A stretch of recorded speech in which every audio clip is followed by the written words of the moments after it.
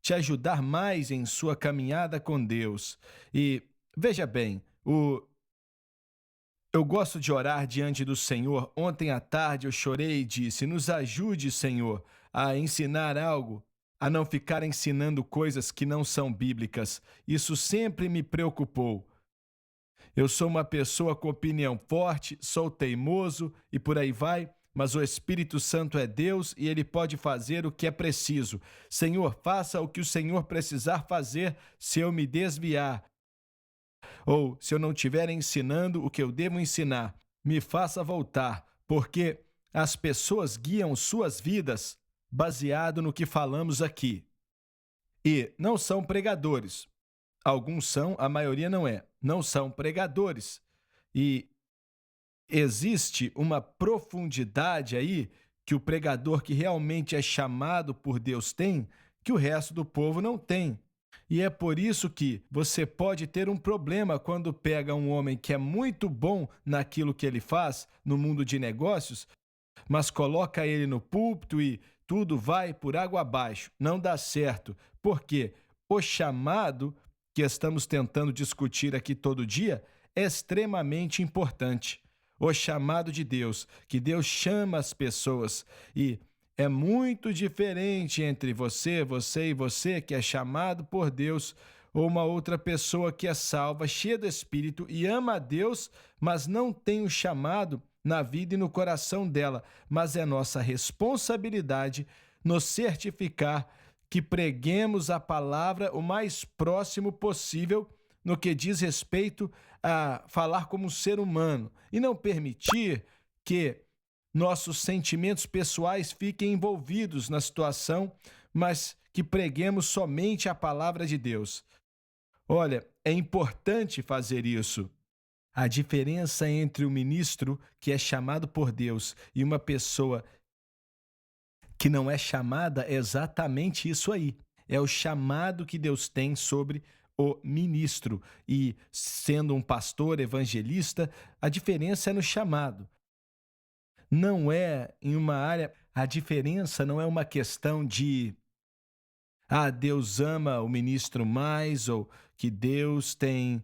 é, Existe um sistema de hierarquia na mente de Deus, e não é isso, não é essa a diferença, é o chamado que é a diferença. E este ministro precisa do Senhor mais do que qualquer outra pessoa. Ou digo que é o mesmo tanto até que a pessoa que não é ministra, porque esse ministro, ele está guiando o povo de Deus e a outra pessoa que não tem esse chamado não lidera. Por isso Tiago diz no capítulo 3, versículo 1, que como mestre, e isso pode se aplicar a qualquer chamado na realidade, ele vai ser julgado com mais severidade por Deus, por causa da influência que ele tem. Para quem muito é dado, muito é cobrado. Então, a diferença não é o que muitas pessoas pensam, e às vezes a pessoa ou pessoas que não são chamadas, nós vemos isso no livro de Tiago. Ele diz que nem todos queiram ensinar, pois aqueles que ensinam vão ser julgados com mais severidade, mas aqueles que querem ser chamado de mestre só por causa da honra que aquilo recebe. E às vezes os ministros realmente recebem esse respeito. E a pessoa quer isso, esse respeito e essa honra, sem, sem, o, sem a responsabilidade que está com aquilo, sendo chamado por Deus ou com o chamado de Deus,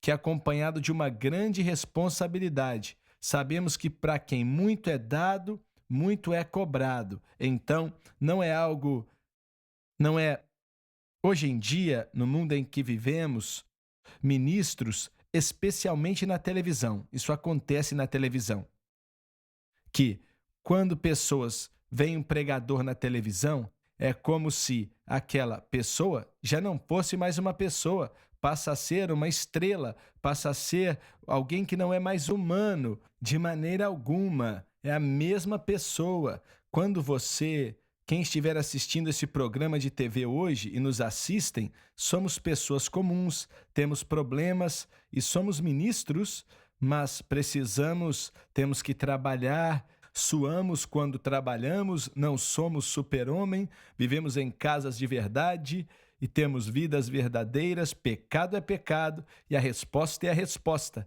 que é Jesus. E isso não nos torna diferentes de nenhuma outra pessoa. Irmão Bob, o que você está falando é tão importante. Pensei em uma escritura no livro de Ezequiel, capítulo 3, e sempre me lembro dela em situações de ministério. O versículo 17 diz: Filho do homem, eu te dei por atalaia sobre a casa de Israel. Da minha boca ouvirás a palavra, e o ministro é um atalaia. Da minha boca ouvirás a palavra e avisarás da minha parte. Quando eu disser ao perverso, certamente morrerás, e tu não o avisares, e nada disseres para o advertir do seu mau caminho para lhe salvar a vida, esse perverso morrerá na sua iniquidade, mas o seu sangue da tua mão o requererei. Isso é ser um pregador. Se você está diante de pessoas, e não importa se sua igreja tem 10 pessoas domingo de manhã, ou diante de uma câmera de televisão ou do mundo, creio que o Deus vai exigir e o resultado será igual. Se você recebeu, como disse o irmão Swagger aqui, qualquer direção a respeito de uma situação de um homem, e nada pode ser maior ou melhor do que isso. Eu já ouvi pregadores e fico muito perturbado com isso. Quando alguém está muito doente, vamos dizer, está morrendo com câncer, e declaram cura sobre a pessoa na hora. Você está curado. Já vi isso acontecendo e a pessoa morreu 1 mês depois, 3 meses depois. E se Deus realmente fala com aquela pessoa e fala, a pessoa está curada, é diferente. Você tem que obedecer ao Senhor, mas tenha certeza que veio de Deus, porque o Espírito, como estudamos aqui no passado, está sujeito à pessoa. E temos que nos certificar que é de Deus, porque eu sei que conheço uma família e há muitos anos preguei para o pai deles e foi um grande homem de Deus. A filha dele, ela acabou tendo câncer e ela ouvia os pregadores que falaram para ela que tinha um caroço no peito. Confesse que você está curada, mas não mexa com médicos não, só confesse e vai sumir. Quando ela foi até o médico, ele falou: o que foi que você fez? Se você tivesse vindo 6 meses antes, poderíamos ter te salvado, mas agora não tem nada que podemos fazer. Um pregador estava em um púlpito, e se eu falasse o nome dele aqui, você ia saber. Ele falou: você está curado, não tem mais câncer, está curada. E ela morreu, acho que 60 dias depois. Mas olha, o problema foi que ninguém faz a pessoa prestar contas. A igreja não fala nada.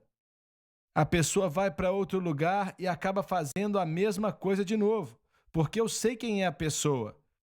E essa é uma das razões pela qual eu não assisto muita coisa na televisão cristã, porque tem muita coisa boa, pouca coisa boa, mas algumas coisas ali são tão exageradas que eu nem... Olha, se eu assistir, no outro dia vou chegar no programa e vou ter algo negativo para dizer, e não é o que quero fazer. Eles vão prestar contas ao Senhor um dia por tudo que falam. Eles vão prestar contas. Porque atrapalha agora a obra de Deus. Orar pela pessoa, sim. Interceder por ela, sim. Clamar a Deus por ela, sim. Dizer, creia em Deus pela sua cura, sim. Mas automaticamente pronunciar, você está curado, isso não é, a não ser que Deus tenha falado, não é? Você não crê que o Espírito Santo convenceria uma pessoa, especialmente se são pastores ou algo assim? Eles aprendem a desconsiderar. E eles aprendem, o Espírito Santo, há anos atrás, não, sim, ele faz isso.